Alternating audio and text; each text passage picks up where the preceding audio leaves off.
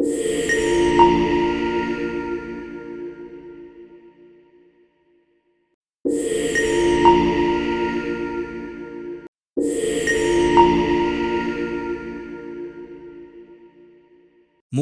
Retirement ప్లానింగ్ను వాయిదా వేస్తున్నారా? అది మీ ఫ్యూచర్ను పూర్తిగా మార్చేస్తుందనే విషయం మీకు తెలుసా?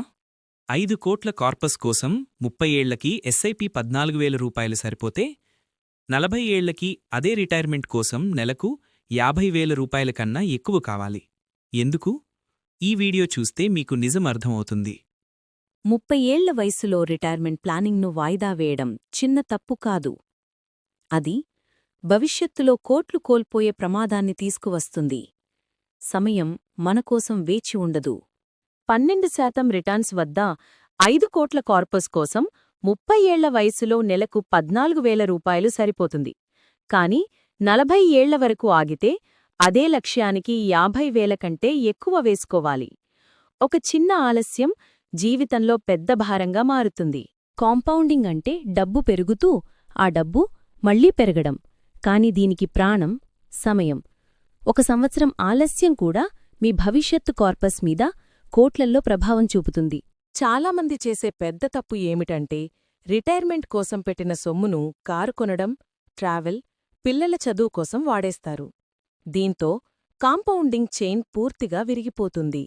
ఆర్థిక సలహాదారుడు చెప్పినట్లుగా షార్ట్ టర్మ్ అవసరాలు, లాంగ్ టర్మ్ లక్ష్యాలను కలిపేసుకుంటే వెల్త్ క్రియేషన్ స్లో అవుతుంది.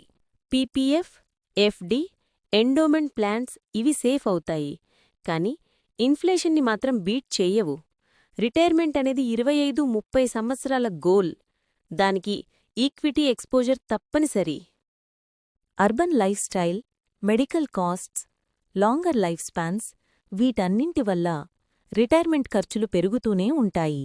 సంపాదన మొదలైన రోజునుంచే సేవింగ్ మొదలుపెట్టాలి. చిన్న ఎస్ఐపి అయినా కన్సిస్టెంట్గా చేస్తే పెద్ద కార్పస్ అవుతుంది. ఒక డెడికేటెడ్ రిటైర్మెంట్ ఎస్ఐపి పెట్టండి. ఇది ఇతర అవసరాలకు ఉపయోగించరాదు. ప్రతి సంవత్సరం శాలరీ పెరిగినప్పుడు ఎస్ఐపి కూడా పెంచాలి. గోల్డ్ మంచిదే, కానీ మీ మొత్తం పోర్ట్ఫోలియోలో 5-10% మాత్రమే. అంతకంటే ఎక్కువైతే రిటర్న్స్ తగ్గిపోతాయి.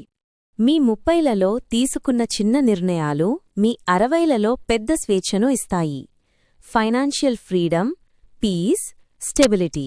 ఇవాళ తీసుకున్న నిర్ణయం మీ రేపటి జీవితాన్ని సెక్యూర్ చేస్తుంది.